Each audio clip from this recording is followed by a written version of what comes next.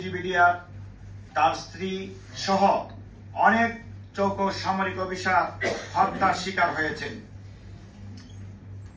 অথচ বিডিআর এর 13 জন সদস্যের কমিটি নিয়ে যমুনাতে যখন মিটিং চলে, তখন তাদেরকে প্রশ্ন করা হলে হত্যাকাণ্ডের ব্যাপারে তারা সবকিছু অস্বীকার করে, যার ফলে দেশের মানুষের কাছে এই হত্যাকাণ্ডের ঘটনা আজও অজানাই রয়ে গেল। সম্মানিত সাংবাদিকবৃন্দ, 2009 সালের 25শে ফেব্রুয়ারি ঢাকার বাইরে কোনো ঘটনা না ঘটলেও 26শে ফেব্রুয়ারি পূর্ব পরিকল্পনার অংশ হিসাবে কে বা কাহারা বাহিরের বিভিন্ন ইউনিটগুলোতে গুজব ছড়িয়ে দেয় যে সেনাবাহিনী কর্তৃক বিডিআর এর বাইরের ক্যাম্পগুলা